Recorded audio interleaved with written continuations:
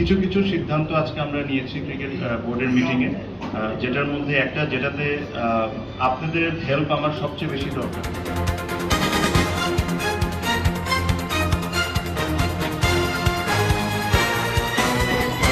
মিলে আমরা একসাথে ফিল করি যে আমাদের প্রথম কাজ হবে বাংলাদেশের ক্রিকেটের রেপুটেশন ঠিক করা। এই লাস্ট 1-1.5 বছরে যে রেপুটেশন ড্যামেজ হয়েছে বাংলাদেশের ক্রিকেটের, এই ক্রিকেটের রেপুটেশনটা ঠিক করা হলো আমাদের সবচেয়ে ইম্পর্টেন্ট। আমাদেরকে একটা দায়িত্ব দিয়ে আনা হয়েছে যে free and fair election help করা 3 মাসের মধ্যে। আমরা এটা যে আমাদেরকে যে দায়িত্ব দেওয়া হয়েছে, আমরা এই দায়িত্বটা যতটা অনেস্টি ভাবে আমরা এই জিনিসটা করতে পারি আর যতটা দ্রুতভাবে আমরা এই জিনিসটা করতে পারি, আমরা এই জিনিসটাই করব। সাথে সাথে অবশ্যই আমরা ডে টু ডে অ্যাক্টিভিটিসের মধ্যে যা যা হয়েছে, ওয়ার্ল্ড কাপ ইস্যু আছে আপনারা জানেন, সব কিছু নিয়ে আমাদের যা সঠিক কাজ করার দরকার আমরা তাই করব।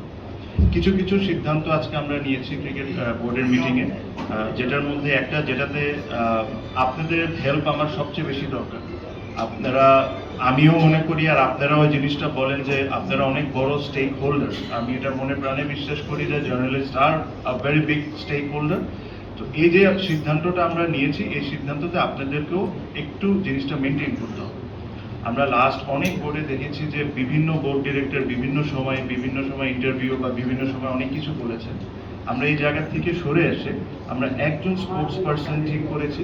Anything to do with the board please contact him. ওটা আমরা সিদ্ধান্ত নিয়েছি, ওটা তানজিল ভাই হবে।